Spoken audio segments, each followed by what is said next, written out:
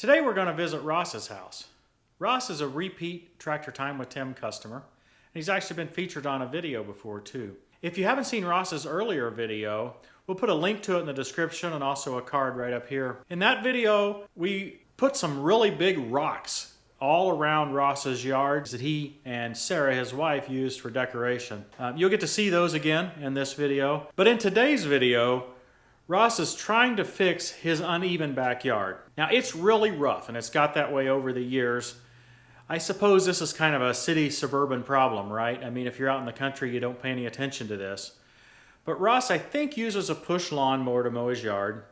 And they also spend a lot of time in their backyard, and just even walking on it is kind of treacherous because it's got roots below and things like that that have rotted out and have just left the yard kind of rough. So we could till the entire yard up. In fact, I wasn't sure if maybe that's what Ross wanted us to do here. But there is a second solution, and you'll see in this video how he's chosen to approach it. At first, I wasn't necessarily sure of this idea, but as it went further along, I kind of liked it. Check it out and see what you think. That's a lot of dirt. A lot of dirt and not very big holes. And if you just, drop a bucket load anywhere, I can, in 30 seconds, probably spread it out, so. Yeah.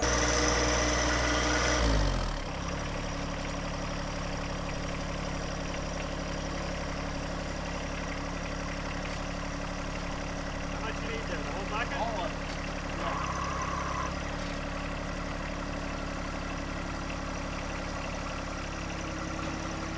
You can just bring the next one, put it right next to it.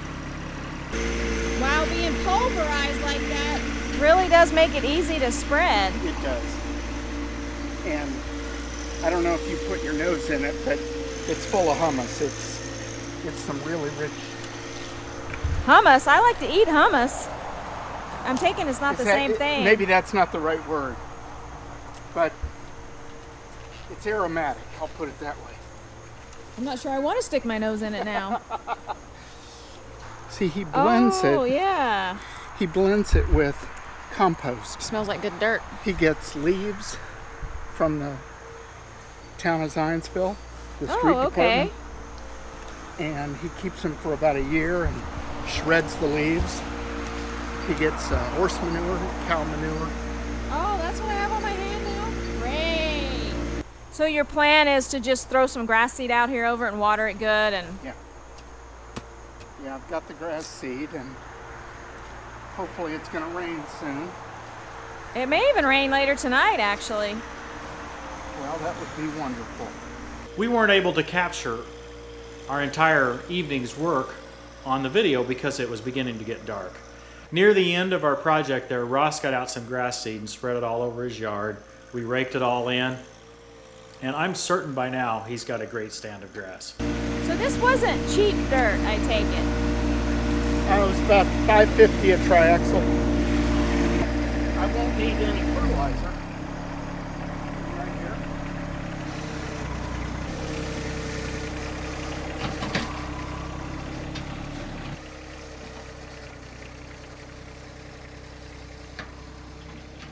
I thought maybe I would have use for my tiller, but what he's choosing to do is spread this as thin as he possibly can, just to fill in those divots and ruts and stuff.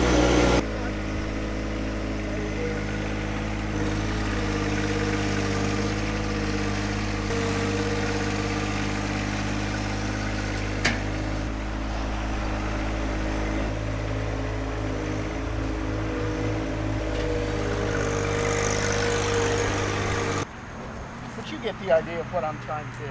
Oh yeah, that's why I got down low, because you can really see it You can from really here. see it. Yeah, you can. Yeah. I haven't even done that. I should probably do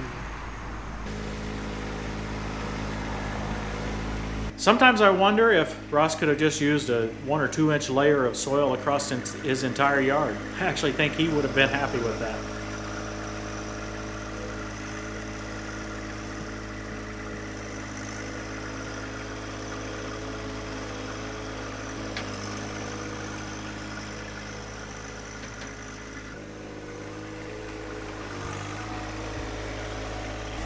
There's still a lot of dirt.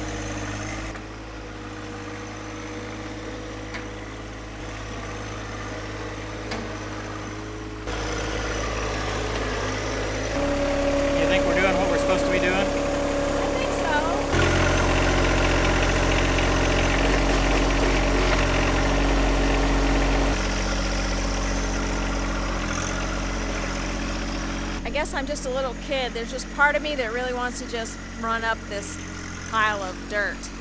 But that would compact it, and I don't think they would like that. So I guess I'll have to resist that urge.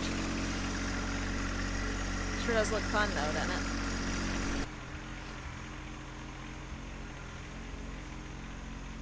This is the little creek bed that we were working on with the rocks before, but it's not rained a whole lot here lately, so it's completely dry now. I wish it was kind of flowing a little bit. It would be nice to see it. Is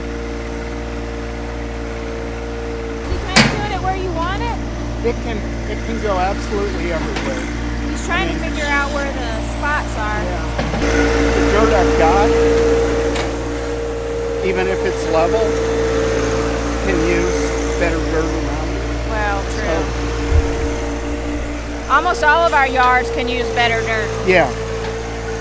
You know, I think they strip the topsoil off when they build these developers- houses. Yeah. Many developers do. And then you wonder why you can't get grass to grow. Yeah. Don't forget to visit our website, tractortimewithtim.com. We've got a write-up of our earlier project with Ross and Sarah, as well as links to their video and some pictures there of the actual project. Information about pieces of equipment that you might be interested in purchasing, some different reviews of things, and then just some of our experiences that we've encountered through Tractor Time with Tim. So go check it out, tractortimewithtim.com. You know, every project's different, always something to learn. I can really see what Ross is trying to accomplish here, so it took us a while really to kind of understand that.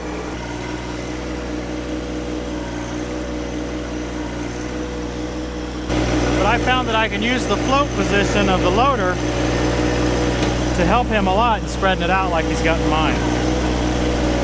So I tilt it forward like that, and then I use the float position. That's all the way forward on your joystick. And by the way, that's with any brand of tractor. It doesn't matter whether John Deere. Who knows? They may all use the same valve anyway. But you push this lever all the way forward, and it'll hold itself. And that means not to put any down pressure on the loader. It just lets it float along with only the weight of the loader on it. You've seen me load a lot of piles of material, soil and rock and everything else. But one of the challenges I've had on this one is that we're on the side of a hill. It's not a level loading place. And I don't want to dig into the side of the hill, but I want to get all the soil, and I found that to be a little bit of a challenge. So I just had to really try to work with the loader to tilt it at the right time and allow it to come up at the right time. It's really a little hard to describe, but I think you'll be able to see that the net result is that I'm scraping right along at ground level there when I do it right.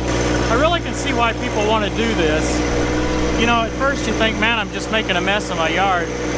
But the thing is after years and years, especially a wooded lot that maybe has been wooded for a while, there's roots under the ground that eventually rot out.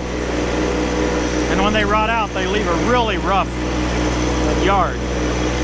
You know, there's some spots right in here, for instance, I see that, yeah, he's pointing to one of them now where it's just really rough. And there probably was a stump there at one time that's, you know, it's long gone now, but it's really rotted out. And so by that rotting, it makes it rough to get over with a lawnmower, and it makes it kind of hard to walk out in your yard. So I can see why somebody wants to do that. If you do choose to do something like this to your yard, make sure, I mean, after all, if you're buying topsoil anyway, it's going to be expensive. Make sure to get pulverized topsoil. There's several different varieties of it. Different regions of the country, I'm sure, have different things. But around here, getting some black organic topsoil, maybe mixed with a little bit of, you know, mulch or something else might be okay. You know, I'm personally kind of fond of the pure black topsoil, black pulverized topsoil. The negative of the black pulverized topsoil by itself is it will clump up pretty bad when it's scooped up and things like that. But oh my goodness, it's the best soil ever. But the purpose of the pulverizing is to keep it from being all big clods and everything. It's really busted down into some small, you know, some small clods. Really aren't any clods at all. It's just really small. Maybe 6 left, I don't know. Half there and half over here. Customer almost always asks me to estimate how many bucketfuls I have left at different stages. I find that really hard to do. Oftentimes it seems like the pile doesn't go anywhere. You've just got an infinite supply, and then all of a sudden you look up and it's gone. For whatever reason, I hate driving over that soil that they've just raked out there and got it all looking nice. I end up having to fill it with tire tracks. I think I'll wait on him. After all, you don't want a guy dumping a dirt in your yard when you don't get it where you want it, do you? Right there. Feather it in. I don't know about the whole feather it in thing. You're asking a lot from me, Johnny. It's a technical term. I know, but that's what you do to somebody's hair. I don't know about hair.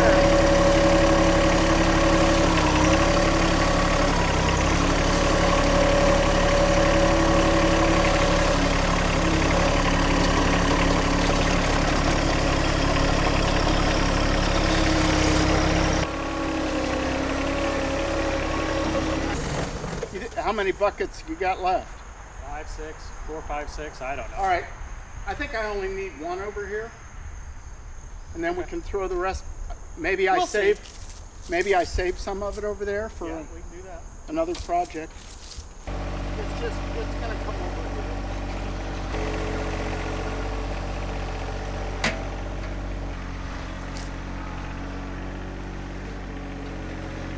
All right. Johnny can work faster than we can spreading. Yeah. Well, I think Ross has been well pleased with what we've done. It's really even out some of those places in his yard that could make you turn an ankle or just be uneven. We got a little more to do, but I won't be able to show you on camera because it's getting dark. Of course, we do have all of our lights. Whoa. This has been a lot of fun. At least for me, I haven't had to do any work off the tractor. Yeah. So, hey, thanks for watching, everybody. We'll see you next time on Tractor Time with Tim. Several years ago, we did something similar in our backyard, only Tim actually took the time to take up the sod that was there and put dirt underneath of it. There were bigger holes probably where trees had died and their trunks had over the years rotted and stuff. And then, so he lifted up the sod, put dirt underneath and put the sod back on top. You could barely tell that he had buried all the dirt in the backyard.